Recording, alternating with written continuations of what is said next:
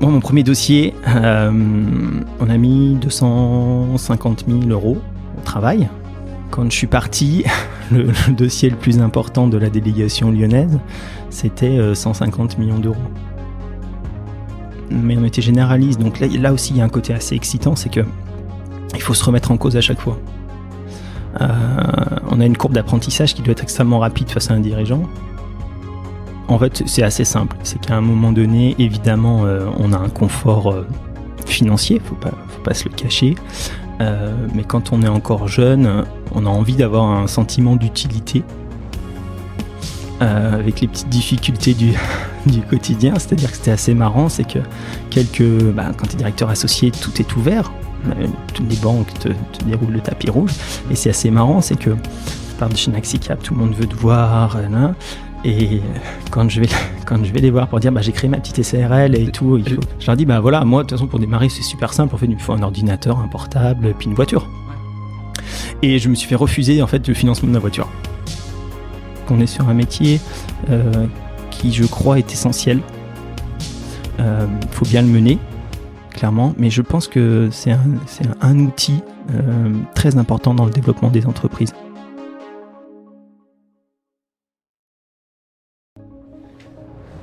Bonjour, je suis ravi de vous accueillir sur Bienvenue au Capital, le podcast qui a pour but de nous inspirer et de nous faire découvrir les mondes passionnants du rachat d'entreprise et du capital investissement, aussi appelé private equity. Je vais à la rencontre de femmes et d'hommes qui investissent et s'investissent dans des entreprises formidables et qui les accompagnent pendant plusieurs années dans leur projet de développement. En quelques mots, mes invités sont des actionnaires actifs. Ainsi, chaque discussion vous permettra de tirer des exemples concrets et directement actionnables, que ce soit pour travailler en private equity ou pour comprendre les stratégies des entrepreneurs et des entreprises qui réussissent. Je suis Mathieu Colombarini, étudiant en finance d'entreprise passionné par le private equity, et je vous souhaite une bonne écoute.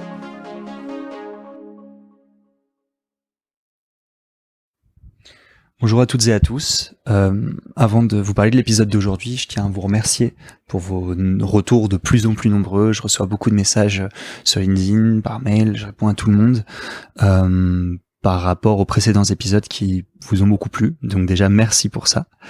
L'épisode d'aujourd'hui a été enregistré début février avec Thomas Barochin, directeur général et cofondateur d'AMDG Private Equity. Vous verrez dans cet épisode, on découvre le parcours inspirant de Thomas. Il nous explique comment il est entré chez un des plus grands acteurs du PE français, donc Naxicap, en venant d'une école non cible. Il est entré stagiaire, il a fini directeur associé. Il nous parle d'un cas concret, qui est la levée de fonds de Vacances Éole, qu'il a accompagné, qui a été réalisé avec Garibaldi Participation, donc l'équipe de Laurent Gelpi de notre épisode numéro 2 de Bienvenue au Capital, et également Crédit Agricole. Et enfin, il nous parle des rationnels de l'investissement minoritaire, et particulièrement en small cap. J'espère que vous prendrez autant de plaisir à écouter l'épisode que moi j'ai eu à l'enregistrer. Vous verrez, c'est un épisode très complet où Thomas nous dispense beaucoup de conseils pour travailler en private equity. Et je vous en dis pas plus et je laisse place à ma conversation avec Thomas Barochin, cofondateur et directeur général d'AMDG Private Equity.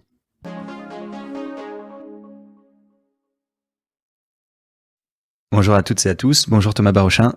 Bonjour Mathieu. Alors Thomas, avant de commencer l'épisode, je vais commencer par te remercier. Tu fais partie des premières personnes à avoir accepté qu'on enregistre un épisode ensemble, alors que j'avais encore aucun épisode d'enregistré. Bienvenue au Capital était juste une idée, et du coup déjà merci. Je suis ravi de te recevoir parce que tu as un parcours 100% capital investissement. Donc c'est-à-dire que tu as commencé en tant que stagiaire à Naxicap, tu as fini directeur associé, puis tu as quitté Naxicap pour monter ta propre activité de conseil, et maintenant pour lancer AMDG Private Equity. Donc ça va nous faire plein de sujets passionnants à aborder, mais avant de commencer, je te propose de te présenter. Donc merci Mathieu. Donc oui, je m'appelle Thomas Barochin, j'ai 40 ans, j'ai 2 enfants de 8 et 10 ans, et je suis pacsé depuis quelques années maintenant. J'ai un parcours scolaire plutôt très classique, voilà, qui me prédestinait pas forcément à faire du private equity, puisque j'étais dans le public à Bourgoin, collège Prébény et lycée de Loiselet. Donc Bourgoin, petite ville à côté de Lyon. Un très bon club de rugby, le CSBG. Exactement. Très très beau club. Malheureusement plus difficile actuellement. Donc oui, moi j'étais pas ce qu'on appelle un talentueux au niveau scolaire. Voilà, j'étais plutôt un besogneux. Qui avait quand même des résultats, mais voilà, avec le besoin de travailler plutôt énormément, bien poussé par mes parents d'ailleurs sur ce point de vue-là, voilà, qui ont toujours été très motivés à nous faire travailler, moi et mes frères, parce que j'ai 2 frères. D'accord. Qui sont pas du tout dans la finance. Il y en a un qui est ingénieur électrotech chez Zouv, une boîte qui fait des vélos connectés, et le deuxième qui lui est responsable de développement de programmes immobiliers près de Grenoble, voilà, dans le groupe Valrim. Ok, donc 3 activités bien différentes. Tout à fait, très intéressantes, mais très différentes. J'ai fait un bac S, voilà, que j'ai eu avec 10,3 ou 10,4 de moyenne. J'en suis quand même fier, parce que c'est vrai que les maths, c'était pas forcément quelque chose qui m'intéressait énormément. Donc c'est pour ça que j'ai pas continué sur cette voie-là, clairement. Quand je disais que j'avais un parcours scolaire qui me prédestinait pas au private equity, c'était aussi par rapport à l'environnement, puisque autour de moi, j'avais, voilà, dans ma famille ou mes amis, pas forcément d'entrepreneurs. Voilà, j'avais pas de gens qui avaient réussi dans la finance. Donc en fait, de ce point de vue-là non plus, j'avais pas de modèle particulier qui aurait pu me faire aimer et animer un petit peu ces sujets-là. Donc je saurais pas trop expliquer pourquoi après mon bac S, je sentais bien que cet univers de l'économie, de l'entreprise, de la finance, ça me titillait. Donc je suis allé faire une fac d'éco. Voilà. Okay. Donc je suis allé à Lyon 3, à l'IUP. Ok. Sciences et management de gestion, je crois que ça s'appelait comme ça à l'époque. Bon, ça a changé, c'est pour les dinosaures, mais en tout cas c'était à peu près ça. Okay. Et donc je suis parti sur ce cursus-là. Voilà. J'ai fait une année en Allemagne. Je suis parti une année Erasmus, une année en Allemagne et tout. D'accord. Bon, c'est très important dans son développement. Je conseille à tous les jeunes de partir une année ou 2 à l'étranger. T'as pas fait beaucoup de finances pendant un an? Non, j'ai pas fait beaucoup de finances. Que quand je suis parti, je me suis bien rendu compte que mon niveau d'allemand était catastrophique. Et donc, quand tu te retrouves le 15 août à Tübingen, une petite ville près de Francfort, tout seul, parce que personne de l'IUP était parti à Tübingen, et que tu te retrouves comme ça, tout seul, avec ta valise, et finalement où tu te rends compte que tu n'arrives pas à faire une phrase et te faire comprendre et que tu n'arrives pas à trouver... Tu te dis que tu vas être bien seul. Exactement, tu dis que tu vas quand même être bien seul et que ça va être un peu compliqué. Bon, en fait, c'est une année qui a été géniale, franchement. Découverte de soi, découverte des autres, on sort de son cocon, et moi qui étais beaucoup resté finalement proche de Bourgoin, pas trop bougé, pas forcément beaucoup parti non plus en vacances et tous ces sujets-là, c'est assez fantastique, parce que du coup on découvre beaucoup de choses, au niveau culturel, au niveau humain, au niveau relationnel, au niveau sportif. J'ai fait de l'aviron. J'ai tenté beaucoup de choses quand je suis parti là-bas, sur les bords du Neckar, c'était très très chouette. Okay. Et on rencontre des gens incroyables, voilà. Qui viennent de partout en Europe, je suppose. Partout. Moi, mes copains, c'était Yanné le Finlandais, Marco l'Italien et Miguel l'Espagnol. En plus que des noms très clichés. Exactement, c'est un peu l'auberge espagnole. Ouais. Et c'est vraiment super. C'était vraiment super. Donc voilà, j'ai fait une année comme ça. Okay. Bon, après, il faut revenir quand même un peu travailler à Lyon ici. Et donc du coup, je finis mon cursus à Lyon, et ensuite je vais faire un DESS, donc ça doit être un master maintenant. Okay. Je crois que ça doit être ça, un bac plus 5. Là aussi, pas le parcours classique. C'était plutôt Lyon 2 pour le DESS de, je sais pas comment il s'appelait d'ailleurs à l'époque, ingénierie financière ou quelque chose comme ça. De finance d'entreprise. Finance d'entreprise. Donc moi, je vais à Dijon, Université de Bourgogne, donc université peu cotée. Voilà, clairement. Je fasse une bonne année, et arrive la fin de l'année, et donc il faut postuler pour un stage. Stage de fin d'année. Stage de fin d'études aussi? Stage de fin d'études, exactement. Donc il ne faut pas se planter là-dessus, c'est quand même plutôt important. Et donc je me dis, tiens, c'est ce segment du capital investissement, ce qu'on n'appelait pas trop private equity encore, du capital investissement, Il est intéressant, j'ai eu quand même des cours dessus. Je trouve que la dimension, on en reparlera beaucoup, mais entrepreneurial, le sens premier de l'investissement, du développement, parce que capital investissement, c'est d'abord capital développement, et c'était pour le développement des boîtes avant que les LBO viennent amener la transmission, finalement. Je me dis, c'est intéressant, donc je vais essayer de postuler. Bon. Donc je postule à beaucoup de structures de private equity. Partout en France, surtout à Lyon. Partout, alors c'est surtout Paris et Lyon, en fait, où j'avais postulé. J'ai beaucoup de refus, évidemment, puisque j'étais en concurrence, même pour les stages, avec les écoles de commerce. J'imagine que les refus, c'est même au CV. Au CV, ouais, c'est ça. Au CV, passe pas scanning. Non, au CV, ouais. Au CV, beaucoup de refus. Voilà, on relance. Et je reçois une réponse plutôt positive, en tout cas pour un entretien. J'en ai pas eu beaucoup. D'accord. Un entretien, je crois que j'en ai eu 3, mais je me rappelle plus chez qui. Un entretien, notamment chez Naxicap, donc qui était à l'époque SPF Développement. Okay. Donc entretien de recrutement pour un stagiaire à Lyon. Voilà. T'avais postulé par voie classique ou tu t'étais fait Ah non, je connaissais personne, donc voie classique, et je suis retenu dans le process de sélection. Donc je suis tout content, donc je prends mon billet, j'arrive de Dijon, je sais pas, ça devait être début d'après-midi, on avait rendez-vous à 14h, et donc je me pointe voilà, chez Naxicap, tout content, bien habillé, tout ça, tout prêt. Et là j'arrive en salle je suis accueilli, et puis j'arrive en salle d'attente, on va dire, et je me retrouve avec, je sais pas, 5 ou 6 autres étudiants. Là, je me dis, mince, mais en fait, il y a beaucoup de retard, j'ai dû me tromper dans l'heure, ou ils sont en retard. Et donc, je commence à discuter avec eux, et ils me disent, mais non, t'es pas en retard, c'est juste que c'est des entretiens collectifs.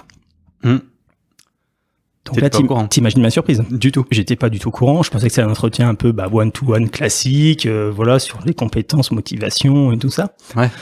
Donc là, gros coup de stress, et quand même. Et eux, ils étaient au courant parce qu'en fait, ils étaient dans l'environnement lyonnais, donc en fait, leurs copains d'avant leur avaient dit comment ça se présentait, comment ça se passait. Ok.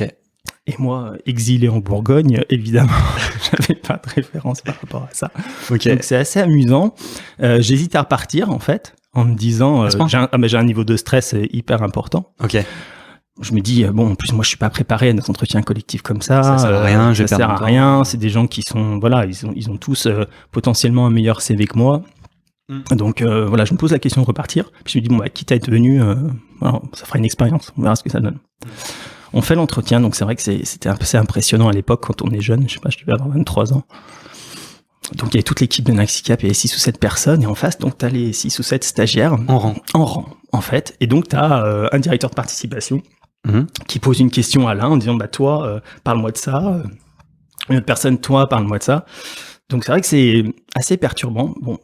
Pas tous les mêmes sujets. Pas tous les mêmes sujets, en décalé. En plus, t'entends les réponses de l'autre, où tu te dis, waouh, il est super construit, tout, c'est bien. Et toi, tu te dis, quand c'est ton tour, déjà, tu deviens tout rouge et voilà. Bon.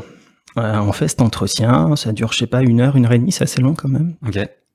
Et on ressort de là, bon, moi je me dis aucune chance. Voilà. Bon, il y avait des mecs très bien, aucune chance, voilà. Et donc je repars à la gare à pied, et en plus je repars avec un des prétendants aussi qui avait fait, je trouve, une belle performance et plutôt un but de lui-même et quand on se quitte sur le quai de la gare, il remontait à Paris, je crois. Ok, d'accord. Il a pu faire une école parisienne. Voilà, exactement. Et il me dit, écoute, c'est pas grave pour toi.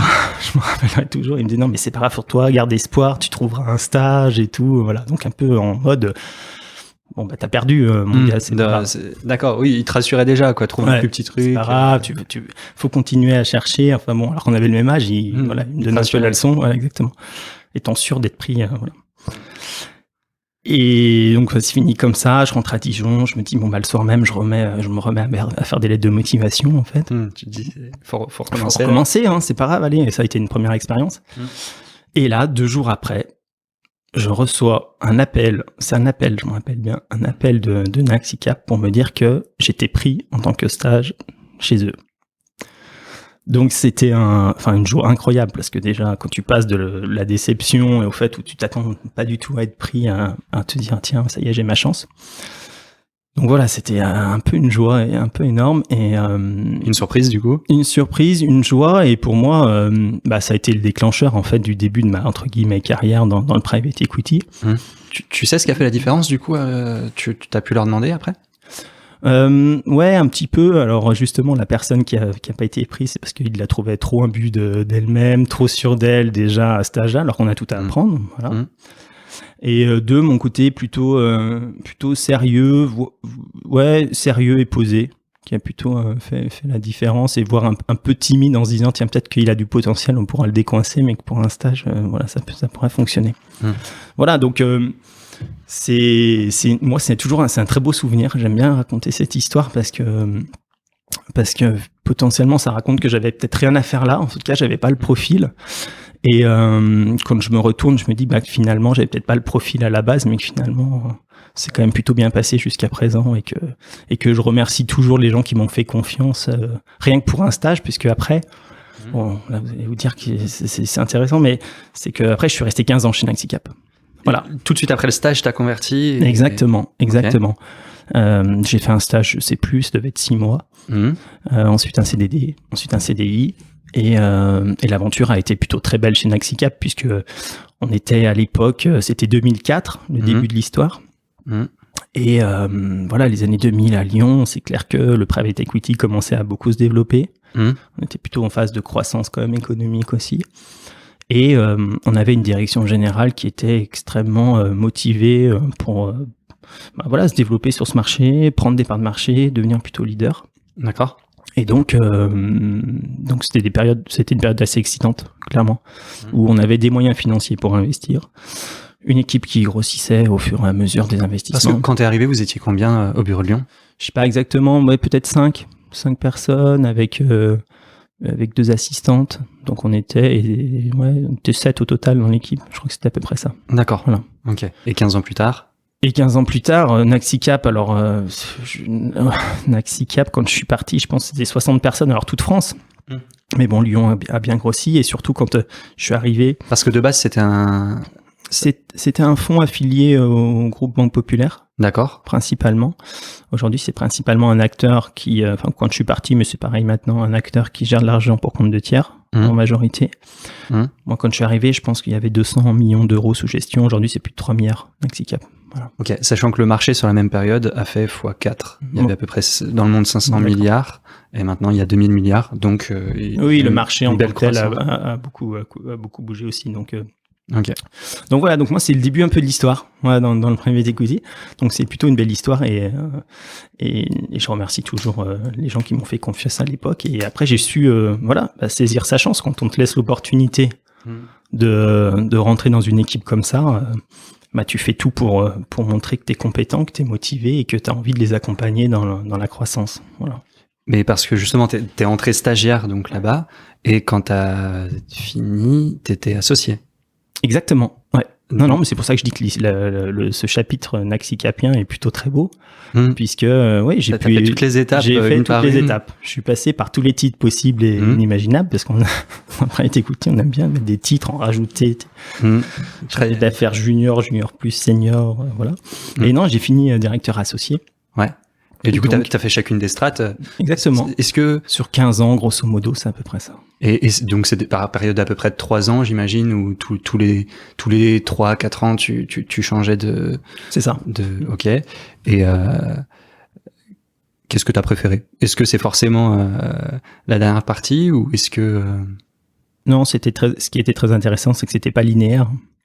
C'est que on avait de plus en plus de moyens financiers, mais les stratégies aussi ont évolué, donc ça m'a permis vraiment de voir énormément d'opérations, énormément de types de sociétés, puisque au début on était très focalisé sur le small cap, et à la fin on était un acteur plutôt reconnu, d'abord du SMID, small mid, voilà, et après c'était clairement du mid. Pour donner quelques chiffres peut-être, c'est toujours intéressant. Bon, mon premier dossier, on a mis 250 000 euros au travail. D'accord. Voilà. Quand je suis parti, le dossier le plus important de la délégation lyonnaise, c'était 150 millions d'euros. Voilà. Donc forcément, le scope des entreprises n'était pas le même. Les due deals n'étaient pas les mêmes. L'organisation du travail n'était pas les mêmes. Le middle au back office n'était pas le même non plus. Donc en fait, c'était très enrichissant, c'est que nous, on vendait de la transformation, de la croissance pour nos entreprises, et on se l'appliquait aussi chez Naxicap. Voilà. Donc du coup, jamais le sentiment d'avoir un plafond, jamais le sentiment de s'ennuyer sur quelque chose de très linéaire, comme j'ai dit tout à l'heure. Au contraire, on était toujours en dynamique de croissance. Et donc voilà, ça permet de voir énormément d'entreprises et d'entrepreneurs, et du coup de développer son expérience par rapport à ça. Et c'est ce qui m'a beaucoup plu, c'est cette pluralité de rencontres, cette pluralité d'interventions. Voilà, ça veut pas dire que je sais tout faire, évidemment, mais en tout cas, j'ai vu énormément d'opérations et c'est très intéressant. Voilà, on apprend beaucoup de choses, forcément. Parce que comme tu as été directeur de participation aussi, tu as accompagné personnellement donc des dirigeants, j'imagine, sur des secteurs différents. Si tu peux peut-être un peu nous en parler. Alors nous, on était généralistes. Donc, des appétences particulières sur des secteurs, évidemment, au gré des rencontres, au gré des études qu'on peut mener. Mais on était généraliste, donc là aussi il y a un côté assez excitant, c'est que il faut se remettre en cause à chaque fois. On a une courbe d'apprentissage qui doit être extrêmement rapide face à un dirigeant, puisque même si, il faut jamais se leurrer, et ça je le rappellerai toujours, on apporte d'abord des moyens financiers, hein, si jamais on est appelé, c'est pour des moyens financiers. Mais ensuite il y a le sujet quand même de l'intérêt de la relation. Et un dirigeant, surtout dans le small cap, on y reviendra après sur MDG, je pense, mais sur le small cap où les dirigeants sont un peu plus seuls, ont moins de conseils, moins de structuration autour d'eux, ils attendent quand même qu'il y ait un niveau de discussion qui soit intéressant pour eux. Voilà. Donc ça veut dire qu'il faut vite essayer de récupérer le retard. On le comble jamais, évidemment, avec le dirigeant. Mais voilà, sur le marché, il faut quand même faut pour un peu en parler, surtout si tu veux l'accompagner dans la croissance, tu connais pas ton marché, les concurrents. Donc il y a cette courbe d'apprentissage qui est hyper excitante. Ouais, et t'as des méthodes pour apprendre rapidement? Est-ce que tu essaies de rencontrer du monde, tu te renseignes, tu lis des livres, je sais pas, comment tu... Oui, alors là aussi, on avait beaucoup évolué chez Naxicap. C'est vrai qu'au début, plus petite structure, donc débrouille un peu plus avec les moyens du bord, donc beaucoup de recherches un peu propres, Internet, livres, études, beaucoup d'études, parce que c'est vrai que tu peux faire appel à... Il y a quand même beaucoup de cabinets qui faisaient des études, qui sortaient des études à l'époque. Beaucoup de pour pas les citer. Ouais, par exemple. Et aussi, on avait beaucoup d'interviews. D'accord. On réalisait des interviews aussi avec des dirigeants d'entreprises qui avaient pu être dans les mêmes secteurs à un moment donné. Et puis tout l'écosystème qu'on avait pour essayer de récupérer de l'information. Voilà, on va dire que c'était un peu plus artisanal. Et ensuite, au fur et à mesure de la structuration de Naxicap, on avait des outils beaucoup plus pointus. On avait accès à des cabinets spécialisés qui nous remontaient de l'information en fonction des secteurs qu'on avait envie d'étudier. Donc voilà, se professionnaliser aussi, c'était tout à fait logique avec les moyens qu'il y avait en face. Voilà. D'accord. Mais cette phase-là, elle est très intéressante. Très intéressante. Et puis intellectuellement, voilà. On s'enrichit tout le temps. Du coup, on reste pas sur ses acquis, parce que même chose, un secteur qu'on pense connaître 2 ans plus tard, c'est pas parce qu'on a vu un dossier avant que c'est le même, que les drivers sont les mêmes. Évidemment, il y a des ruptures assez régulières, ruptures ou pas, mais en tout cas, il y a des évolutions assez régulières. Donc ce côté-là est aussi passionnant dans le private equity, cette remise en cause et ce renouvellement des connaissances sur les secteurs. Ok, et justement, donc tu es resté une quinzaine d'années, tu es rentré en ayant une idée de ce qu'était ce métier, parce que Ouais, une petite idée. Une petite idée, puisque je n'avais jamais fait de stage avant là-dedans. Justement, donc, voilà. Moi, j'avais fait plutôt des stages plutôt bancaires ou financiers, classiques. Et finalement, le parti capital investissement, c'était plus dans ma dernière année où j'avais eu quelques cours dessus. Voilà. Donc ça se limitait presque à du théorique. Est-ce que tu te souviens à quoi tu t'attendais, et au final, est-ce que ta vision elle a changé une fois que t'es rentré dans le métier, ou est-ce qu'au final c'était un petit peu ce à quoi tu t'attendais? Non, en fait, je crois que j'avais pas d'idée vraiment préconçue de ce métier. C'est pour ça que j'étais peut-être un peu candide au départ, mais ou avec une certaine fraîcheur, je sais pas comment on peut le dire. En tout cas, voilà, peut-être mieux de le dire comme ça que candide. Parce que ouais, j'avais pas vraiment d'idée préconçue en fait. Moi, c'était mon premier vrai stage, un gros stage en fait dessus. Je savais que c'était important parce que ça lançait quand même ma carrière. Enfin, voilà, en tout cas, moi, jeune, j'avais quand même l'idée de me dire qu'il fallait travailler. On reviendra peut-être dessus, mais moi, c'est vrai que l'éducation donnée par mes parents, ça a été toujours travail, et ça paiera. Voilà, donc j'étais toujours quand même dans cette vision-là. Donc, mais j'avais pas, voilà, c'est une vision de premier, stage travail, mais je ne mesurais pas, en tout cas maintenant je peux le dire, je mesurais clairement pas tout le côté humain de notre métier. D'accord. Où on pense que c'est un métier extrêmement financier, et ça l'est, hein, et ça sera de plus en plus, mais où finalement c'est pas ça l'intérêt premier. L'intérêt, c'est vraiment les belles histoires d'hommes qu'on arrive à créer avec les dirigeants, où on a des moments qui sont juste incroyables en fait. Voilà, et ça sort du cadre presque professionnel. Alors il faut pas trop justement non plus, hein, parce qu'on est quand même, faut revenir aux bases, mais on est payé pour gérer de l'argent, voilà, et amener de la création de valeur. C'est ça quand même, on est payé pour ça, hein, pour les sociétés de gestion, donc il faut le faire. Mais il y a un côté dans le small cap accompagnement fit avec les dirigeants qui est assez incroyable. Et c'est vrai que ça peut monter assez haut en termes de sensations. Ça peut descendre très bas aussi quand on a des déceptions, parce qu'on en a forcément. On en a aussi forcément pendant les 15 ans. Il n'y a pas que des belles histoires ou que des beaux chapitres. Il y a des moments plus difficiles, voilà. Donc c'est tout ça, je pense que je l'avais pas du tout mesuré à l'époque en me disant, c'est un métier financier. Intéressant parce que on donne une dimension, voilà, d'accompagnement très fort, faire passer un cap, c'est ça le capital développement, c'est faire passer un cap. Passer un palier à l'entreprise. Exactement. Ou elle bloque peut-être. Exactement, parce qu'elle a ses ratios financiers, bancaires plus compliqués, parce qu'elle n'est pas en capacité de lever tout ça, et donc elle a besoin d'ouvrir son capital. Et voilà, ça reste financier comme ça dans l'approche, mais après derrière, il y a énormément d'accompagnement, parce qu'encore une fois, on est là sur ce qui nous anime, c'est quand même plutôt le long terme. Voilà. On n'est pas là pour faire un coup. Sur le capital développement, c'était 5-7 ans. Bon, maintenant, on sait que c'est plutôt 4-5 ans, on va dire, le cycle, hein, ça s'est raccourci.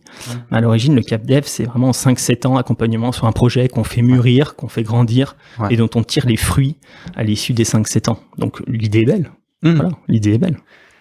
Et donc, tu deviens associé chez Naxicap. Et à un moment, alors que donc tu as fait de stagiaire à associé, tu décides de partir. Oui.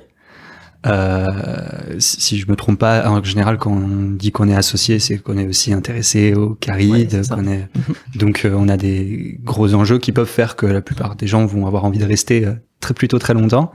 Mais toi, tu as choisi de partir. Comment? Exactement. Qu'est-ce qui t'a pris? On me pose souvent la question. On m'a pris un peu pour un fou. Enfin, en tout cas, certaines personnes m'ont pris un peu pour un fou quand j'ai dit que je partais de Naxicap. Donc déjà, premier point, c'est juste une petite précision. Je suis en excellent terme avec toute l'équipe de Naxicap. On s'est séparés en très très bons termes. Enfin, on se revoit encore très régulièrement. Donc, grand plaisir à se recroiser.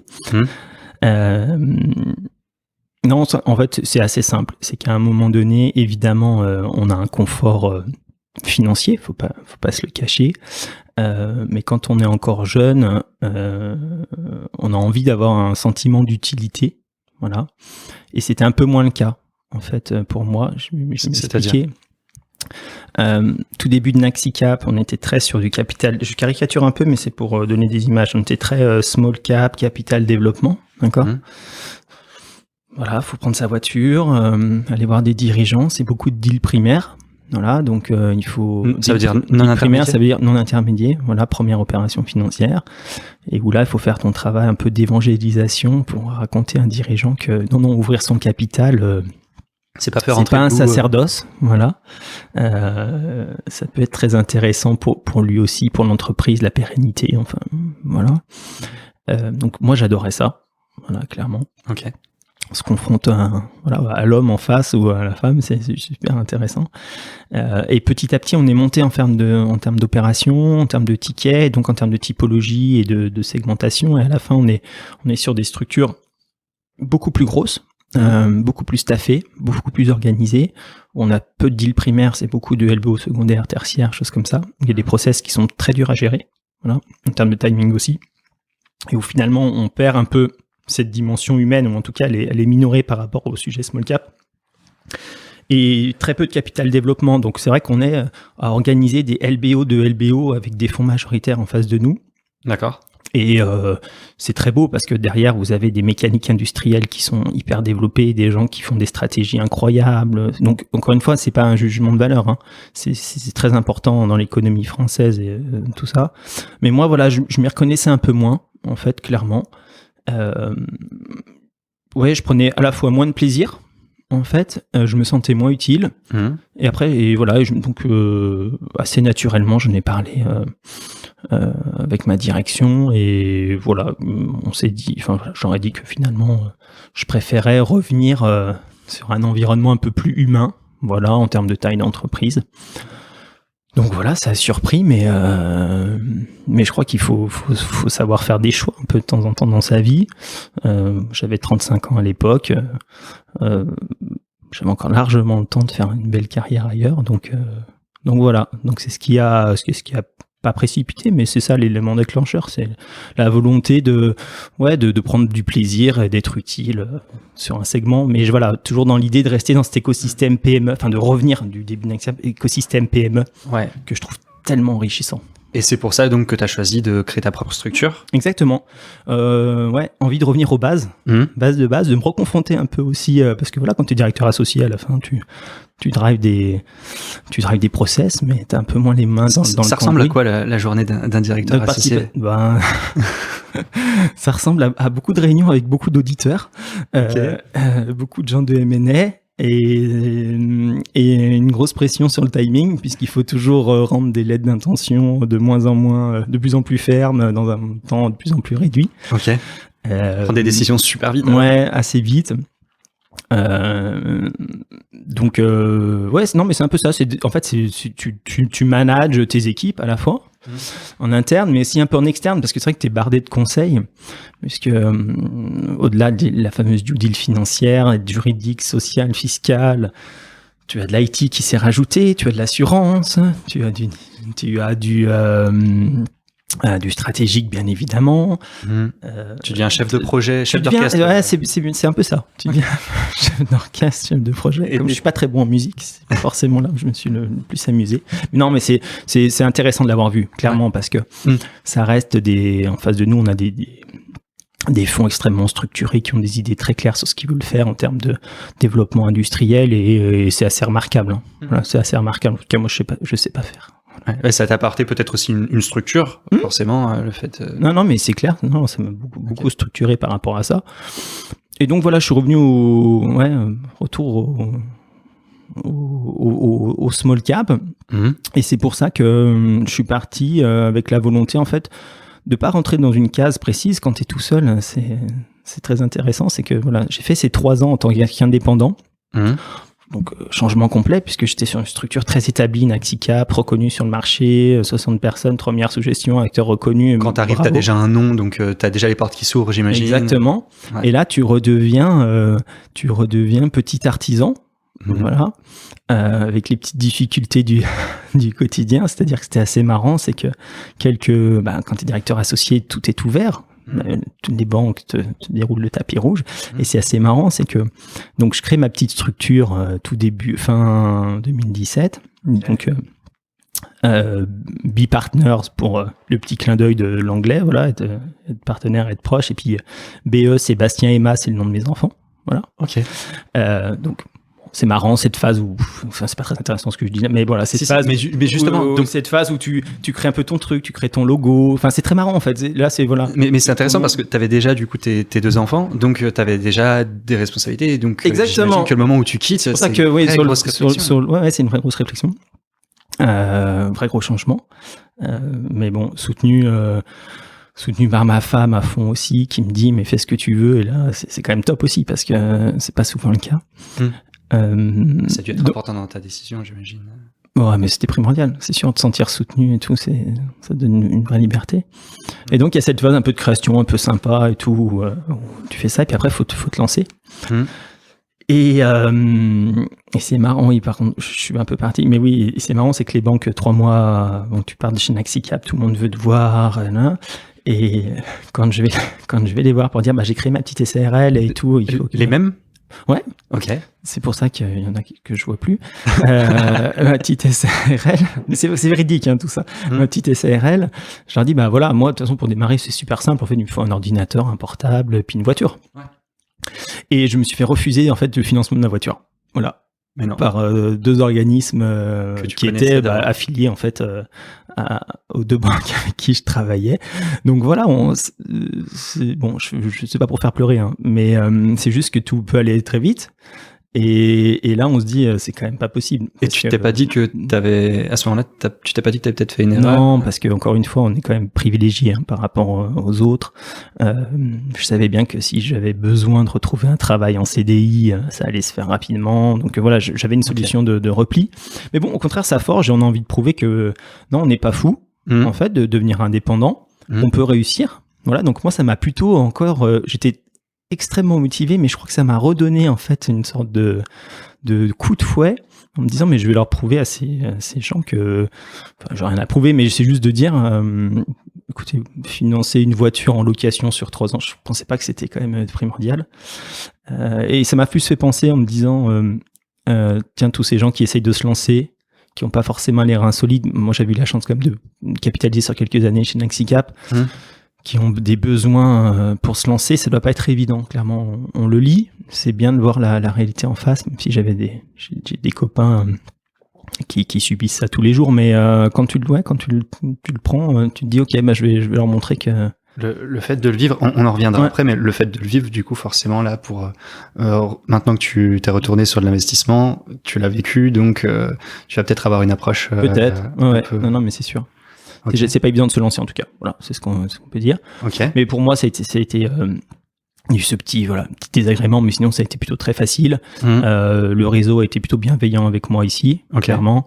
Et le 3 janvier, j'étais dans les bureaux d'un groupe que je connaissais et qui me confiait une première mission d'accompagnement. Voilà. J'ai quitté le 31 décembre, le 3 janvier, je commençais avec des missions. Donc c'est génial. D'accompagnement, qu'est-ce que tu faisais alors, c'est-à-dire? Ouais, alors moi j'aime bien dire que j'étais le couteau suisse en fait des dirigeants. D'accord. Voilà. Puisque j'avais pas besoin de rentrer dans les cases, que j'avais pas de reporting à faire, donc je faisais ce que je voulais. Donc l'idée c'était en fait d'accompagner les dirigeants sur leurs problématiques. Évidemment, je vais pas me réinventer, sur toutes les problématiques de financement, de haut de bilan ou de croissance externe. Voilà. D'accord. À destination des small caps qui ont généralement ni les moyens d'avoir une sorte de bras droit, entre guillemets, couteau suisse à plein temps, ni forcément l'utilité, voilà, d'avoir quelqu'un à plein temps. Donc moi, c'était de dire, voilà, sur des missions spot, je peux venir vous accompagner, être un peu un challengeant aussi sur vos sujets. De par mon expérience, on sait bien que dans les small caps, il y a toujours ce lien hiérarchique, des fois, qui est compliqué quand même entre un dirigeant et ses cadres pour pouvoir discuter en toute honnêteté. Je dis pas forcément que dans le sens dirigeant-cadre, c'est plutôt cadre-dirigeant. D'accord. Parce que il y a toujours la crainte de dire est-ce que je peux vraiment tout dire à mon chef, en fait. Ok. Voilà, et ça on l'a vu pour soi. Alors que quand on est actionnaire, on est en alignement d'intérêt, on dit tout. Au contraire, c'est plaisant et puis c'est le jeu en fait de tout se dire sans retenue. Au contraire, même des fois de faire l'avocat du diable, c'est un peu l'objectif. Et du coup, c'était ça, c'était de se dire voilà, moi je vais me mettre à côté du dirigeant. Et donc moi mon speech, enfin mon je sais pas comment dire, mais en tout cas, moi, mon point de départ, c'était de dire ce que je vous propose. Parce que généralement, c'était du bouche à oreille, les dossiers venaient, enfin, je rencontrais, je disais, si vous voulez, on se prend 2 heures et on parle de votre boîte, de vos projets, mais en mode un peu, podcast, allez, peut-être, un peu ça, en disant, on parle très librement, en fait. Ok. En mode informel. Racontez-moi votre histoire, ce que vous avez fait, et racontez-moi ce que vous voulez faire. Et moi, je vais voir si je peux vous accompagner et comment ça se passe. Et en fait, c'est passé comme ça. Et pendant 3 ans, ça a été une très très belle histoire. Il y a eu quelques très très belles histoires. Il y en a une qui a été publique il y a pas si longtemps, c'est Vacances. Ouais, Vacances et All. Ouais. Par exemple, il y a eu. Est-ce que tu peux nous en parler ou? Ouais, je peux en parler. Non, il y a une vraie fierté sur la réussite. C'est une levée de fonds. Ouais. C'est une levée de fonds. On a mis 1 an à la réaliser. Ouais, c'est une vraie fierté pour plusieurs raisons. La première raison, qui est quand même importante, c'est qu'on a réussi la levée de fonds. Voilà, donc c'est un point important. Ça, tu vas me dire, oui, mais tous les jours il y a des levées de fonds, donc c'est pas exceptionnel. Non, c'est pas exceptionnel, mais il y a 2 aspects qui la rendent un peu plus particulière. C'est que c'était dans le secteur du tourisme, voilà, l'hébergement touristique. Tu vas me dire, oui, mais il y en a tous les jours aussi. Mais quand tu la combines avec la crise du Covid, puisque l'opération s'est faite en juillet 2020. Super timing. Voilà. C'est d'autant plus... c'est une belle réussite qu'on doit aux dirigeants, bien évidemment, et aux investisseurs qui ont fait confiance aux dirigeants. Mais on devait signer, pour la petite histoire, c'est des gens que j'avais rencontrés à l'été 2019, deux dirigeants fantastiques que je peux citer, Eric Journia et Denis Maurer, qui sont partis de rien et qui ont créé un groupe. Alors quand on l'a adossé, enfin quand on a fait l'opération d'augmentation de capital, elle faisait une 40aine de millions de chiffre d'affaires, avec 70 résidences sous gestion, voilà, uniquement en France, avec un vrai concept de développement durable, mais pas marketing, c'est-à-dire que c'est dans les faits, tout ce qu'ils font, il y a toujours une notion il y a le financier qui est important, mais c'est vraiment comment on insère les résidences dans l'environnement, dans l'écosystème, qu'est-ce qu'on fait pour les utilisateurs, les clients, qu'est-ce qu'on fait pour les salariés qui ont eux-mêmes dessiné et agencé leur nouveau siège social. Enfin bon, voilà, donc dans cet esprit en plus extrêmement collaboratif et participatif, c'était c'était chouette d'accompagner des gens comme ça. Et donc rencontré à l'été 2019, on mène le process, donc on trouve des gens très intéressés, des investisseurs de bon niveau, et on devait signer le 31 mars. Sauf que le 17 mars, confinement, le Covid arrive, et on en était, on avait tout fini en fait. Il y avait quasiment plus qu'à signer. On était encore une petite réunion de discussion sur le pacte, mais tout était fait, quoi. Donc c'est très difficile à ce moment-là, parce que les investisseurs nous disent on est désolé, mais on peut pas investir assez logiquement. Mais donc gros coup de massue quand même pour les dirigeants, parce qu'encore une fois c'est extrêmement mobilisateur une levée de fonds, surtout un deal primaire, voilà, avec toutes les difficultés d'information, choses comme ça. Donc ça a été très difficile. Et en fait là, ce que j'ai trouvé remarquable chez les dirigeants, c'est qu'ils ont pris cette difficulté en disant non mais messieurs les investisseurs qui devaient venir avec nous, c'est une très belle, ce qui va se passer là, c'est une bonne capacité pour vous de nous voir en pleine tempête. Donc ce qu'on vous propose, c'est de ne pas stopper le process, c'est de le mettre en pause. Et on se revoit en juin. Là, on va vous faire des prévisions, on va vous dire comment on va fonctionner et tout. On va vous faire l'atterrissage de fin septembre, il finit à fin septembre. Et on se donne des points tous les 10 jours pour vous dire ce qu'on fait, nos mesures, comment on avance et tout ça, ce qui était quand même incroyable de proposer ça, puisqu'à l'époque, je sais pas si tu te rappelles, mais le confinement, ça nous est tous tombé dessus. Ça devait durer un mois, ça a duré 2 mois, aucune perspective, c'était incroyable. Et finalement, c'était la bonne stratégie, les investisseurs ont été top. Ils ont retourné le truc. Ils ont retourné c'est une opportunité de voir. Exactement, et on a eu des investisseurs top, je peux les citer, c'est Garibaldi et Crédit Agricole. Qui ont saisi la balle au bon en disant mais c'est ok, on le fait, et si vous nous prouvez que vous êtes dans vos chiffres à mi-juillet, fin juillet, on fait l'opération. Voilà. Ok. Et c'est passé comme ça. Donc voilà, ça reste une très belle opération, parce que voilà, encore une fois, ça montre que quand il y a le lien de confiance, on peut faire beaucoup de choses, voilà. Et c'est vrai que je remercie les investisseurs d'avoir fait confiance aux dirigeants à ce moment-là, parce que c'était tellement plus facile pour eux de dire stop. On prend pas de risque et on prend zéro risque, tout, quoi. Et là, ils ont pris un peu leur risque. Bon, voilà, là, on a eu le deuxième confinement, donc on verra. Mais en tout cas, ça a permis à cette structure de faire cette levée de fonds. Et maintenant d'avoir les reins extrêmement solides pour la suite. Là, peut-être un peu moins à l'offensive, mais en tout cas à pouvoir gérer ces confinements successifs, le deuxième, et puis là, en couvre-feu, et puis avec les vacances de février, c'est plus compliqué. Mais voilà, je trouve que c'est un bon résumé de ce qu'on peut faire quand on est dans des approches vraiment en proximité et en confiance. Voilà. Et donc ça restera la dernière grosse opération que j'ai pu... La dernière opération, en tout cas, que j'ai pu œuvrer avec Bipartner, puisque maintenant, je me consacre exclusivement au lancement de AMDG Private Equity, mais Vacanceol restera quelque chose de gravé dans mon expérience d'indépendant, et même pour la suite. Voilà. AMDG, justement, est-ce que tu te rappelles du jour 1 ? Alors, comment l'idée t'est venue ? Est-ce que tu peux nous raconter ce qui s'est passé ? En fait, moi, je fonctionnais de la même manière quand j'étais indépendant que quand j'étais chez Naxicap. C'est-à-dire que il y a certaines facettes de ma personnalité, ou en tout cas, moi, j'ai un tronc commun. Il y a certaines choses que je veux pas déroger, voilà. et que je sois investisseur ou conseil, en fait, je fais la même façon. C'est-à-dire que l'honnêteté, c'est important pour moi, le travail, c'est important, et la confiance, c'est important. Grosso modo, t'as un peu un petit triptyque là que j'essaye de mener tout au long de ma vie. Et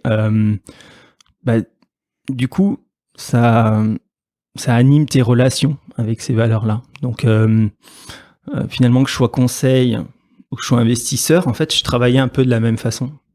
Voilà, j'avais pas c'est pas parce que j'avais une casquette une fois de conseil, une fois d'investisseur, que j'étais une personne différente, que j'essayais pas de travailler de la même façon, d'amener les mêmes choses, en fait. Donc, c'était simplement... Voilà, c'est important de le dire. Et du coup, je m'étais toujours dit, c'est peut-être intéressant à un moment donné, j'avais en réflexion de me dire, tiens, est-ce que je reviens dans l'investissement ou est-ce que je structure un peu plus Bipartner, parce que du coup, je travaille avec des partenaires en fonction des missions. Donc, j'étais sur ces deux réflexions, en fait, pour l'instant, sachant que pour être très clair, moi, j'avais pas envie de retourner dans un gros groupe institutionnel type Naxicap, parce que j'allais me retrouver de nouveau, ce qui est normal, hausse des tickets, tu vas plutôt faire du mid, en plus avec mon expérience, ça allait forcément m'amener là-dessus, et c'est pas ce que je voulais faire. Et en fait, pour être très, très transparent, en fait, j'ai eu un appel de Robert Mancini et Vanessa Rousset, cofondateurs et dirigeants d'AMDG, voilà, qui est une société de gestion qui gère grosso modo 500 millions d'euros à travers différents fonds dans l'activité de marchand de biens. Donc pas du tout du private equity. Enfin, c'est du private equity pour l'immobilier. Marchand de biens, c'est exactement ça.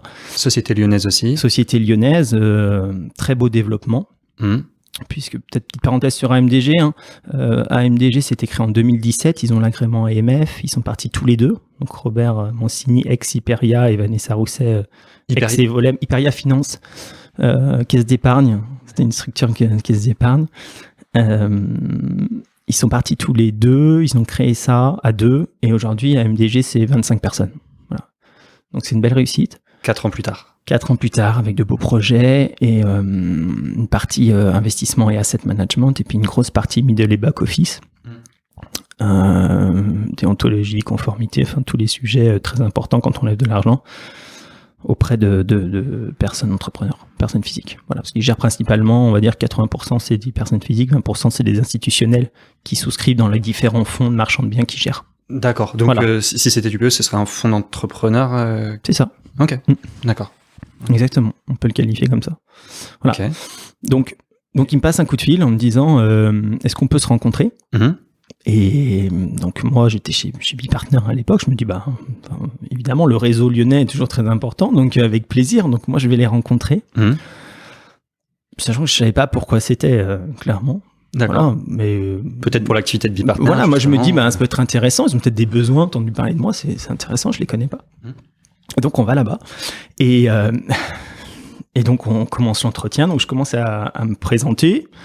Puis je discute.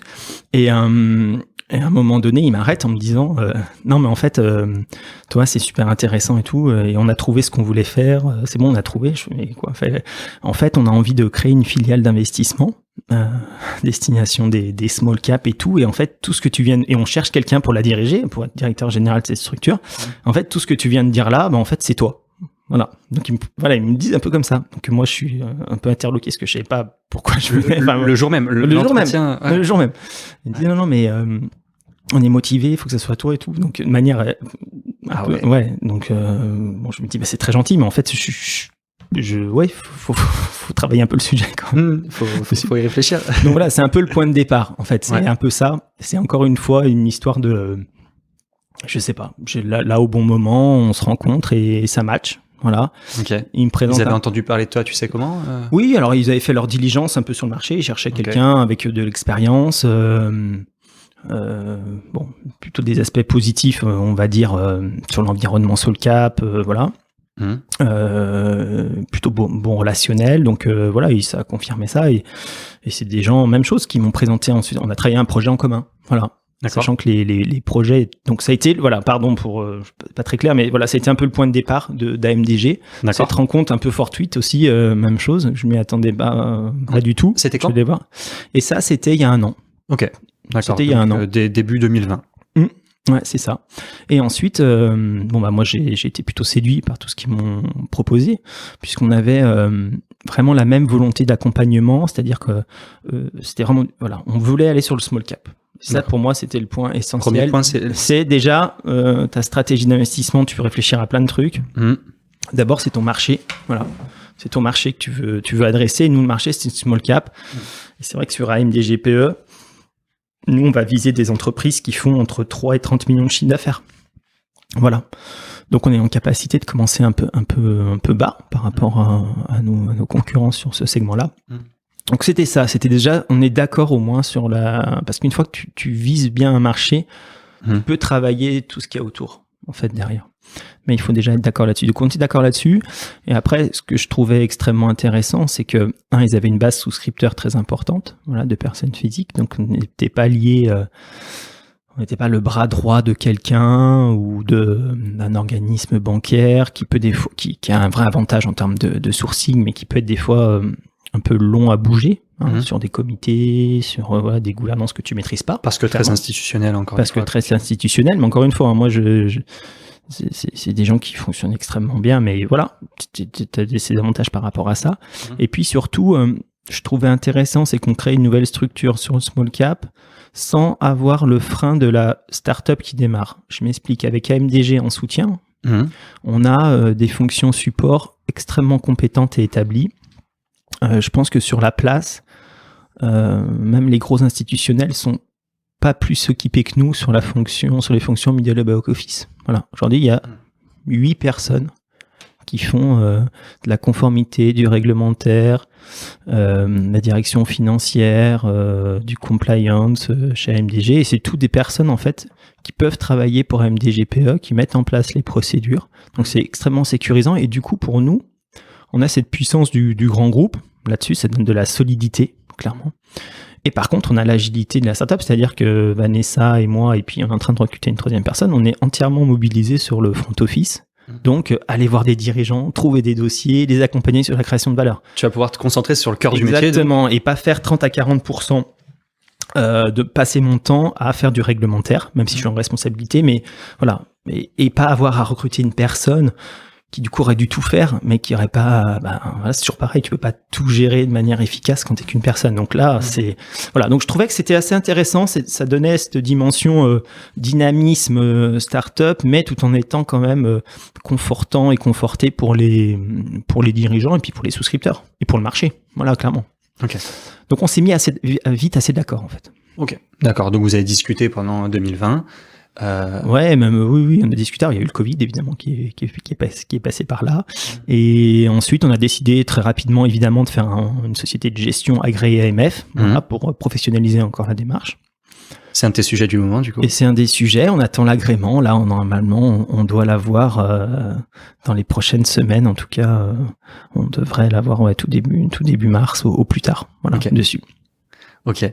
Et donc. Le principe, la thèse d'investissement, c'est d'investir dans des sociétés qui font de 3 à 30 millions, multisecteur encore une fois. Tout à fait. Oui, donc small cap, je crois qu'on l'a bien dit. Généraliste, 2 raisons. La première, je ne veux pas me raconter, refaire une nouvelle histoire. C'est-à-dire que chez Nextcap, j'ai fait pendant 15 ans des dossiers généralistes, quelques expériences, des fois dans des secteurs particuliers, mais encore une fois, tout évolue vite. Donc, je ne vais pas me raconter spécialiste, upra spécialiste d'un secteur. Donc, non, on est généraliste.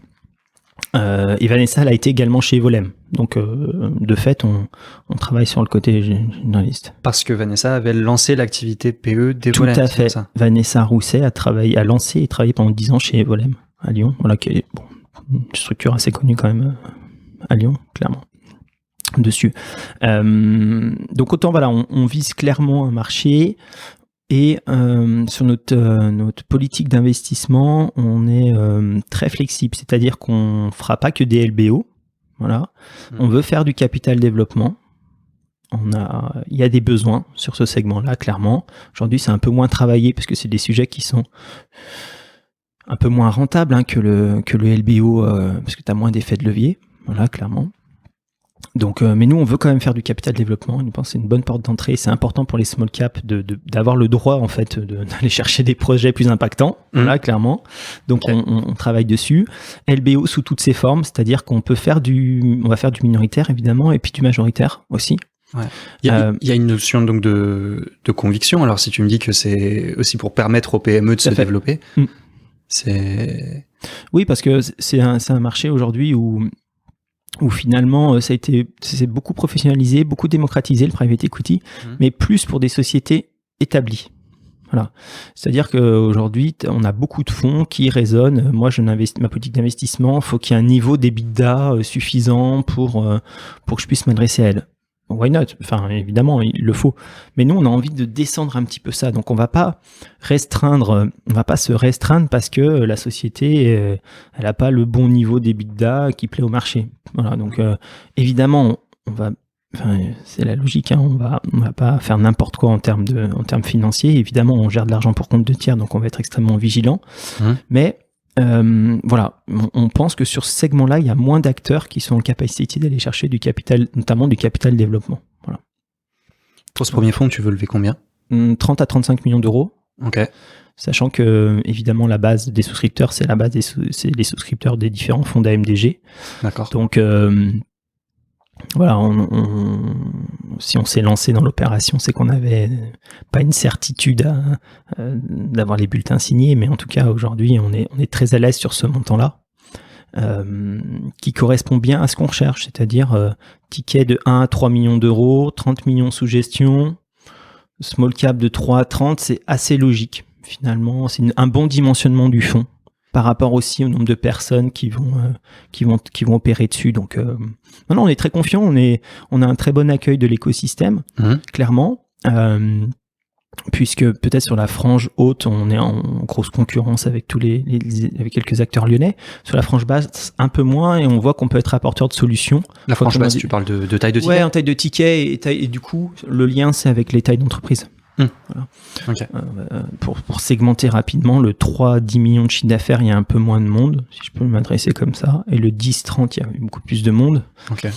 Et aujourd'hui, c'est vrai que ce qui est normal avec les dimensionnements des équipes et des tailles de fonds, les tickets de 1 à 2, il y a moins de monde qui est intéressé par ça. Et nous, comme on a un fonds de 30 millions, c'est parfait. Donc, on est apporteur. Nous, je le dis souvent aux petits confrères qu'on rencontre. Si on peut être apporteur de solutions pour vous, c'est parfait. Hein, s'il y a des sujets qui vous plaisent pas, n'apportez pas une non-solution à vos clients, mais n'hésitez pas n'hésitez pas à les donner à des gens plutôt sympas et professionnels. Donc non, on a plutôt un bon accueil, sachant que en plus on sera beaucoup sur du deal primaire, évidemment, pour cette taille de deal. Et donc un réseau de M&A plutôt indépendant, petit cabinet, où directement c'est là où on a un gros travail à faire et où on est très motivé. C'est tout vis-à-vis des experts comptables, des commissaires aux comptes, notaires, avocats, tous des gens qui oui bien sûr, qui ont une multitude en fait de clients entrepreneurs. Et sur lequel il faut venir travailler, expliquer comment on fonctionne, ce que vous pouvez apporter, ce qu'on peut apporter, et surtout les rassurer sur. Il y a un gros travail d'évangélisation et d'expliquer ce qu'est le capital développement en région, parce qu'il y a souvent des côtés un peu péjoratifs qui sont des fois dans l'imaginaire ou des fois dans la presse à scandale sur les gros fonds de pension, des choses comme ça. C'est pas du tout en fait notre métier. Voilà, ça n'a rien à voir. Donc il faut expliquer tout ça. Et moi j'adore le faire. Justement, je l'ai fait pendant très longtemps chez Naxicap. Comment tu l'expliques ? Comment j'explique cette image ? Comment tu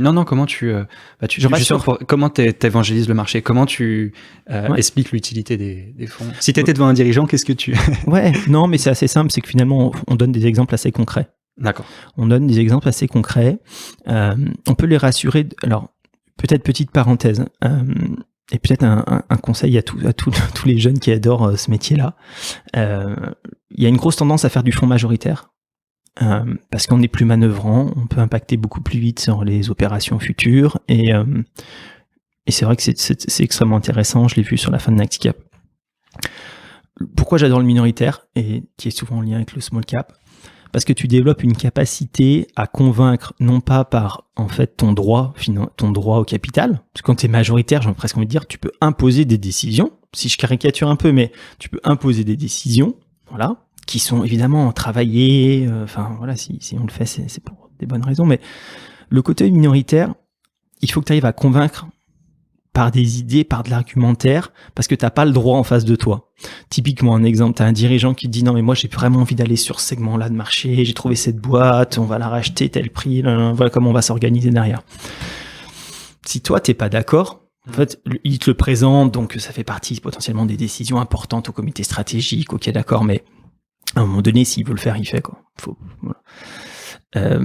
Et tout l'enjeu de l'actionnaire financier minoritaire qui est pas d'accord, ou en tout cas qui veut challenger à fond le dirigeant, eh ben il doit le faire via ses idées, son argumentaire, sa capacité à convaincre. Et donc développer une capacité à convaincre quand tu es en minoritaire, c'est essentiel. Et je trouve que ça te donne ça te donne des compétences très importantes par la suite.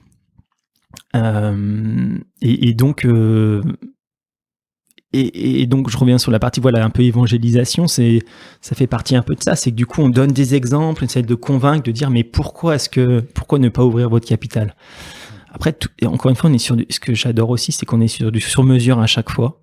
Toutes les histoires sont différentes. Tout le monde a son passé. Il y en a c'est des repreneurs qui ont pu reprendre une boîte il y a 2 ans, c'est très bien passé. D'autres, c'est une boîte familiale, il n'y a jamais eu d'investisseur financier. Et potentiellement, il n'y en aura jamais pour des sujets. C'est tout simple. Ils sont indépendants.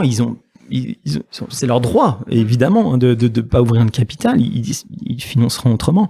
Mais en tout cas, tout est en sur-mesure. Et plus on a vu des situations un peu hétérogènes, plus on a vu des dirigeants avec une histoire particulière, et ben plus on renforce son argumentaire, plus on est en capacité à trouver des solutions. Et ça c'est top parce que du coup des fois quand c'est aussi une liberté, c'est-à-dire quand on rencontre un dirigeant pour une première fois sur un deal non intermédiaire, on sait pas à quoi on va être confronté. Il y a un côté hyper excitant de l'aventure, moi je trouve, c'est que t'es pas dans le côté bon, c'est amené par un M&A, déjà j'ai lu le dossier, c'est tout propre, c'est tout machin, ça n'a pas été mâché, mais c'est pour ça qu'on paye le M&A, hein. C'est pour que ça soit, qu'on puisse aller plus vite, on va aux sources de dossier. Mais quand tu es en face d'un dirigeant, que tu l'as jamais vu, tu as juste eu une info, qu'il se pose des questions et que tu arrives, tu sais pas à quoi t'es confronté, bah moi j'adore. En fait, j'adore parce que il va falloir, c'est un vrai challenge à chaque fois. Il va falloir le convaincre. Tu sais pas du tout s'il a été même un peu contraint par son conseil qui lui a dit, ce serait quand même bien de rencontrer Thomas Barochin et tout. Là, il lance un petit truc, ça peut être sympa de voir. Tu sais pas s'il va t'accorder un quart d'heure. Tu sais pas s'il va être sur son téléphone. Tu sais pas s'il a prévu 2 heures, si t'as fait un slide. Tu t'en sais rien en fait. Et moi, je trouve ce côté-là, j'adore. En fait, ce côté un peu aventure. Alors je sais que le terme est pas bon quand on gère de l'argent, il faut faire attention. Mais en tout cas, aventure dans la rencontre. Voilà, dans la première rencontre. Et en small cap, quand même, les premières rencontres font beaucoup de choses. Voilà. Et du coup, moi, je travaille beaucoup quand même mes premières rencontres. Quand je disais on sait pas qui on va rencontrer, c'est un peu en personnalité, mais par contre évidemment moi je me renseigne toujours sur le secteur, quand même toujours sur la boîte. J'essaye d'avoir des anecdotes, des études, des trucs et préparer un peu mes différents schémas. Mais en fait, c'est ça qui est chouette, c'est que tu peux préparer, t'arrives et faut te lancer. Et en face, t'auras peut-être pas du tout le retour que tu pensais. Donc non, c'est moi j'adore ce côté-là en fait, clairement. Ok. Et là maintenant, donc comme tu lances AMDG, tu vas retour aux sources par rapport à ça. C'est ça. Clairement. Et tu recommences à rencontrer des dirigeants. Et on commence à rencontrer des dirigeants. Avec Vanessa, on a un sujet qui nous plaît beaucoup, sur lequel on avance déjà. Voilà. C'est-à-dire un dirigeant qu'on a déjà rencontré quelques fois, qui a un projet qui rentre exactement dans ce qu'on souhaiterait faire et présenter à nos souscripteurs. Faut pas que j'en dévoile trop, mais en taille, c'est exactement ce qu'on vise, un marché qu'on comprend, voilà. Plutôt résilient, avec des perspectives, un volet d'opération, à la fois du capital développement, pour faire vraiment, un vrai cap dev, c'est-à-dire pouvoir augmenter des capacités de production, et en même temps, un petit sujet de sortie de minoritaires qui se sent plus impliqué dans le sujet. D'accord. Donc nous ça rentre vraiment dans ce qu'on veut faire, avec une vraie volonté de pouvoir pousser un peu sur quelques croissances externes qu'on a déjà identifiées ensemble sur le sujet. Donc typiquement c'est un sujet qu'on adorerait mener au bout. Donc on n'est pas encore là, mais en tout cas on travaille dessus. Donc Voilà, c'est un bon exemple de ce qu'on pourra faire. Donc, tu as déjà recommencé à recommencer. Oui, non, déjà depuis quelques semaines, même si on est sur small cap, les deals sont toujours très longs. Voilà, à sortir, c'est un des sujets un peu pénibles du métier, c'est que les deals sont très longs. Mais ce qui est normal, puisqu'on engage de l'argent, encore une fois, qui n'est pas le nôtre. Donc, on se doit de faire toutes les études nécessaires pour se conforter, en fait, au maximum sur les opérations. Donc, ce qu'on fait, bien évidemment, puisque on l'a toujours fait et on continuera à le faire pour tout ça. Donc c'est toujours très long. Donc non, on n'allait pas attendre d'avoir l'agrément premier et deuxième closing. Non, on avance clairement dessus, sachant qu'encore une fois, on est extrêmement confiant sur la suite d'AMD GPE et sur sa levée. Donc non, on adresse le marché, voilà, clairement. Parfait. Et au niveau de la RSE, qu'est-ce que vous avez prévu ? Ouais, c'est un sujet qui est maintenant essentiel. Clairement, aussi pour se donner, la finance a été un secteur, je pense, assez en retard sur tous ces sujets-là. C'était un sujet, la finance a été assez poussiéreuse sur pas mal de sujets quand même finalement. Et là, prend vraiment, sur certaines thématiques, on commence à récupérer son retard. Donc évidemment, on n'est pas du tout insensible, je dirais même on est très sensible aux enjeux d'aujourd'hui et de demain sur tout ce qui est développement durable, ESG. Alors on va mettre en place des choses avec nos dirigeants, on va mettre en place des choses dans la société de gestion bien évidemment. Après, et je vais essayer de le décrire pour que ce soit pas mal perçu, mais on est dans le dimensionnement small cap. On peut pas faire comme les grosses structures où dans les gros groupes, vous avez maintenant des responsables ESG avec des équipes dédiées qui regardent, qui adressent toutes ces thématiques-là tous les jours. Les PME, elles sont pas insensibles non plus à tous ces sujets-là. Elles ont bien conscience qu'il y a des sujets très importants, mais elles peuvent pas. Enfin, ce que je veux dire, il faut pas être trop lourd dans ce qu'on va leur demander. Moi, ce qu'on veut faire, en tout cas, c'est être plutôt qualitatif que quantitatif.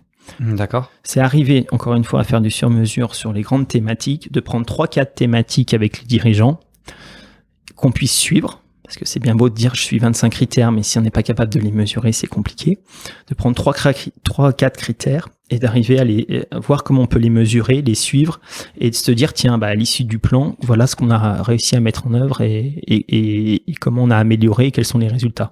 Donc voilà, plus une vision qualitative. Alors évidemment, on les aidera avec 30, 40, on est en train d'affiner tout ça, bien évidemment, mais 30 ou 40 indicateurs clés, et on piochera en fait, avec les dirigeants, parce qu'encore une fois, si on le fait à contre-courant des dirigeants qui voient ça en contrainte, un dirigeant de small cap, honnêtement, c'est pas qu'il est insensible, mais c'est qu'il a mille choses à faire. Ouais. Donc, faut pas le mettre en contrainte, il faut le mettre en objectif. Et juste une petite précision, si tu me permets, par rapport à ça. Évidemment que dans ESG, le E est hyper important, c'est un peu tout le monde veut faire l'environnement, le côté empreinte carbone, tout ça, j'entends et je suis d'accord. Il y a le côté social, moi, qui me paraît extrêmement important, qu'on parle un peu moins et qui, à mon avis, est peut-être aussi important que le E de ESG. Sur le social, je pense qu'il y a beaucoup de choses à faire par rapport à ça.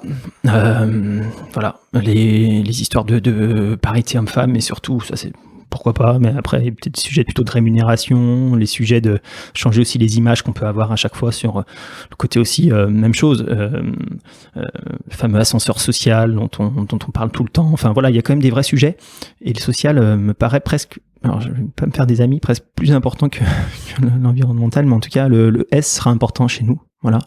Et après, sur la partie le G, qui est principalement quand même les sujets un peu d'organisation de la gouvernance, comment on optimise tout ça, les intéressements des cadres, c'est des choses qu'on fait depuis, chez Naxicap, je pense que l'intéressement des cadres au capital, je sais pas, dans 9 opérations sur 10, c'est des choses qu'on fait. Donc, évidemment, il faut le mettre en lumière, mais voilà, donc j'espère avoir été un peu plus clair sur ce sujet-là.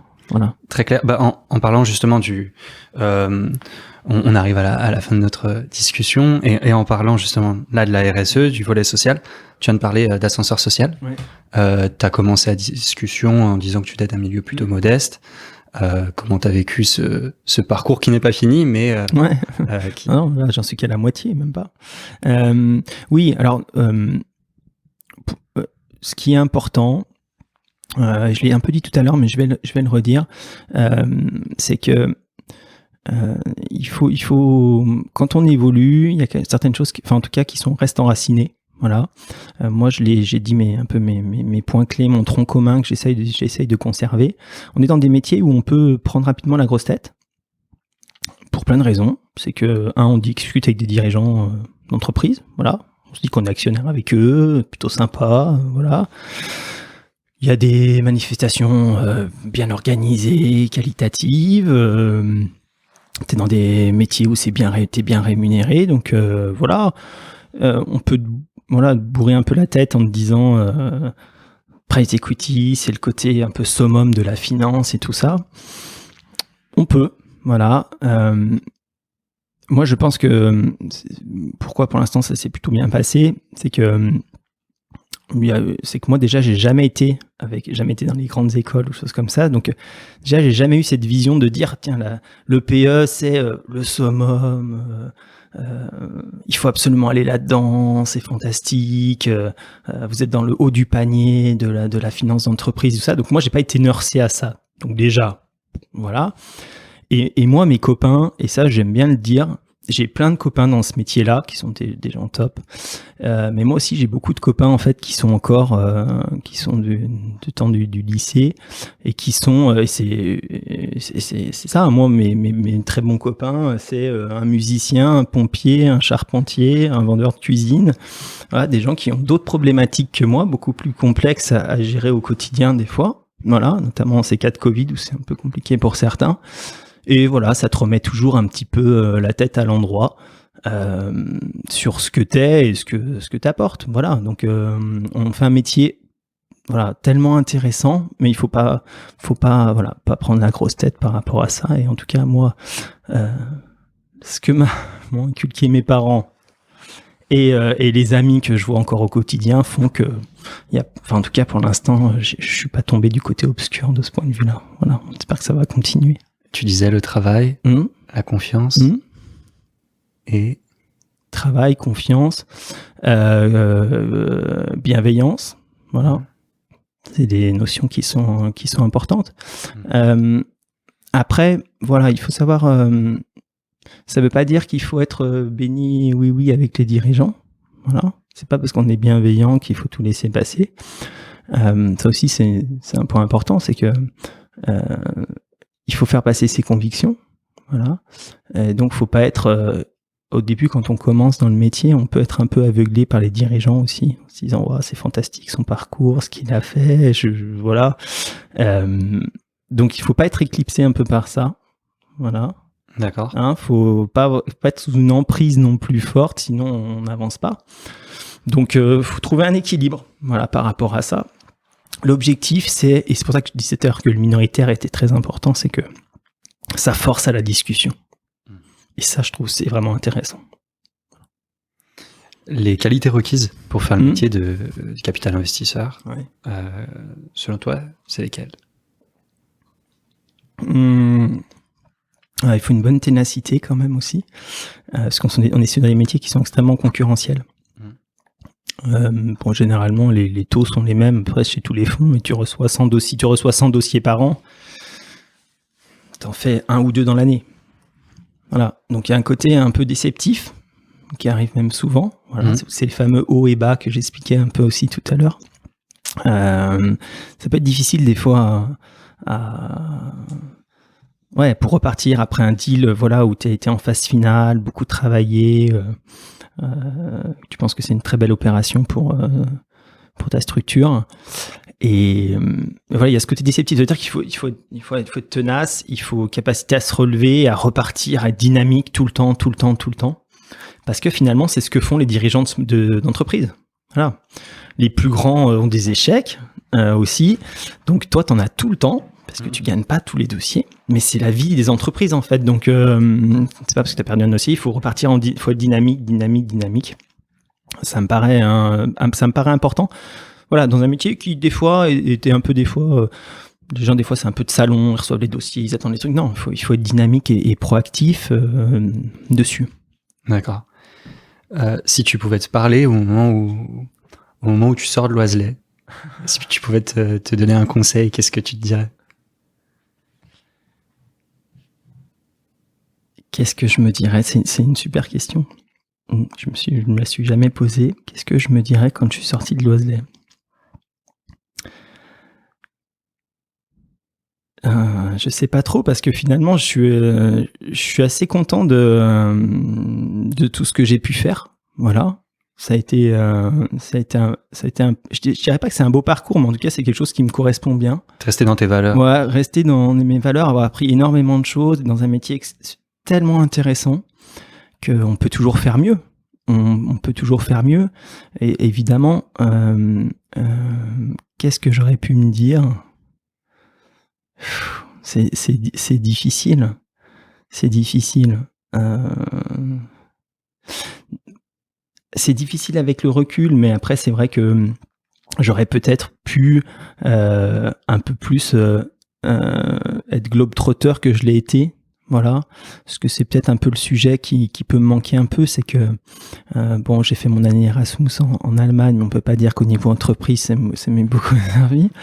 Sur d'autres aspects, oui, mais donc peut-être ce sujet, peut-être que j'aurais dû me dire ouvre-toi un peu plus avant de partir dans le travail pour découvrir aussi d'autres horizons. Toi, ça aurait été bien, peut-être que je parte 1 an ou 2 aux États-Unis, en Angleterre, des choses comme ça. Ça aurait, voilà, peut-être donné un peu plus de corde à mon arc aujourd'hui pour la partie business, mais non, je suis pas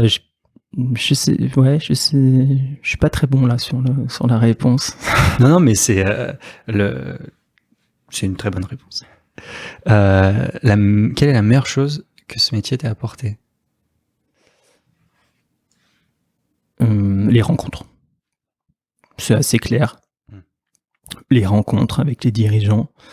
Et encore une fois, c'est pas pour... je veux pas donner qu'une image hyper positive. Hein. Toutes les rencontres sont pas belles.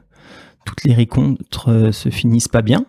Voilà, clairement. Moi, j'ai tellement déçu par notamment...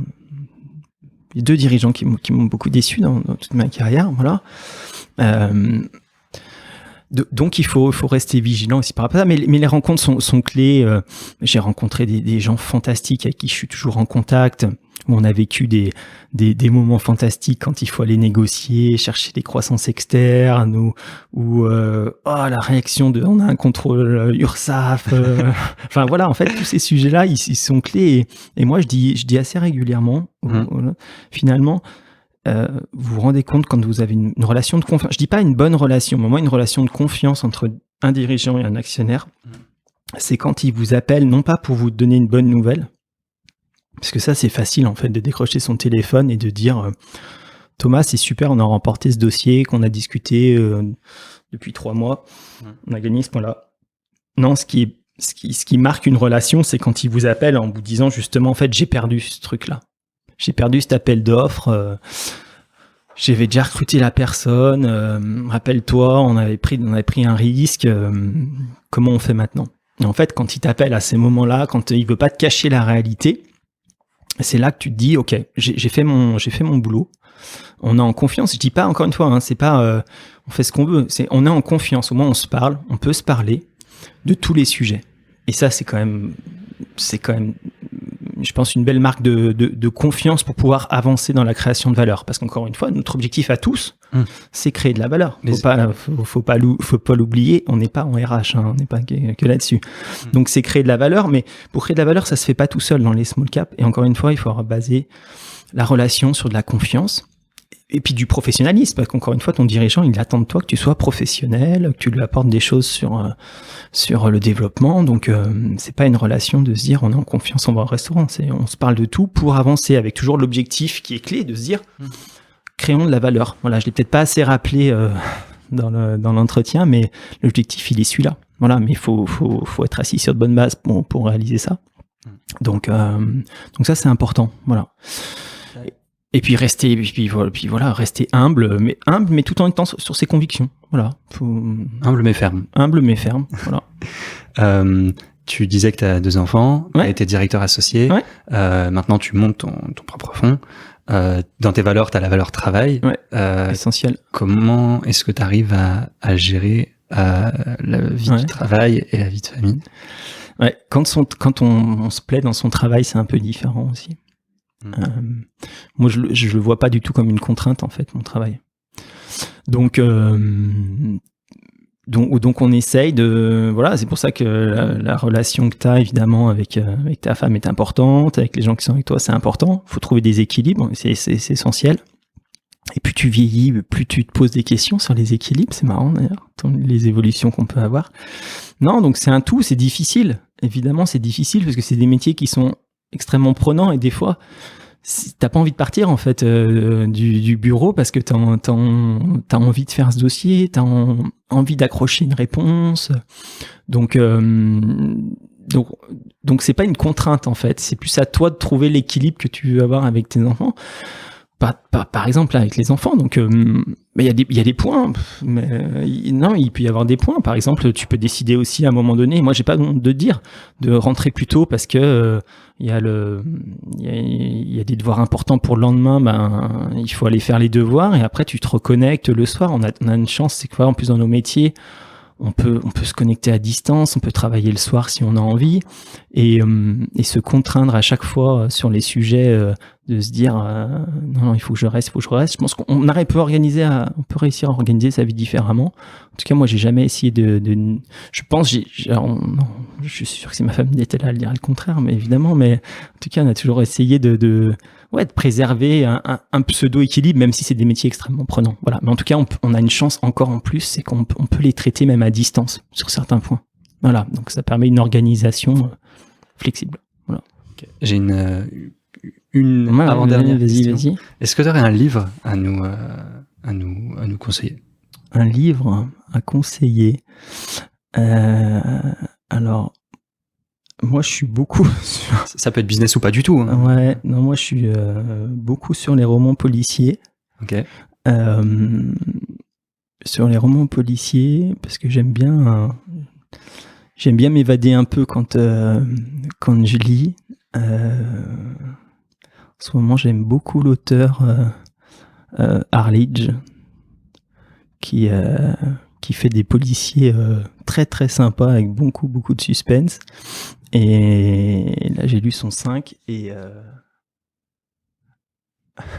j'ai lu son 5 et j'attends le 6 avec impatience. Donc moi, je suis plutôt là-dessus quand je lis. Sinon, le dernier que j'ai lu, qui est franchement très sympa, donc là, je vais faire un petit peu de pub pour mes confrères, celui de Fanny Laitier. Son carnet de bord pour la croissance des PME, donc Fanny Laitier qui a créé Généo. D'accord. Et voilà, que je trouve un bouquin très intéressant pour les dirigeants. Voilà. C'est ma dernière lecture il y a quelques jours. Est-ce qu'il y a une question que je t'ai pas posée et que tu aurais aimé que je te pose ou quelque chose à ajouter? Non, je voulais te remercier parce que je trouve ton initiative très intéressante. Voilà, le private equity, c'est un domaine qui se démocratise. Clairement, enfin, en tout cas, depuis que je suis rentré chez Nexicap, c'est démocratisé. Mais je trouve que cette vision-là, voilà, qui est un peu plus, un peu sans filtre. Enfin, en tout cas, j'ai essayé moi de la donner sans filtre. J'espère que je me ferai pas taper trop sur les doigts avec tout ce que j'ai dit. Mais je trouve ça très intéressant parce qu'on est sur un métier qui, je crois, est essentiel. Faut bien le mener, clairement, mais je pense que c'est un outil très important dans le développement des entreprises. Voilà. Donc moi, je suis ravi que tu fasses découvrir ce métier. J'espère que l'interview permettra aux jeunes de se projeter aussi un petit peu. Donc non, surtout, je te remercie et puis à très bientôt. Merci beaucoup. Et une toute dernière question, comment est-ce qu'on te contacte? Alors sur LinkedIn, vous pouvez me trouver et sinon avec plaisir vous pouvez venir prendre un café au 94 rue Robert dans le 6e, c'est dans les bureaux d'AMDG. Voilà, dans LinkedIn ou mon mail qui est très simple, c'est thomas.barochin@amdgpe.fr. Parfait, et merci beaucoup pour ton temps, c'était super intéressant et je vous dis à très bientôt. Merci. Bravo d'avoir écouté jusqu'ici. N'hésitez pas à me contacter sur LinkedIn pour me faire part de vos commentaires ou de vos réactions. Je compte sur vous pour noter cet épisode sur votre application de podcast préférée, pour le partager à tous vos amis, tous vos collègues qui pourraient être intéressés. Et en attendant, je vous embrasse, passez une bonne semaine et gardez la forme.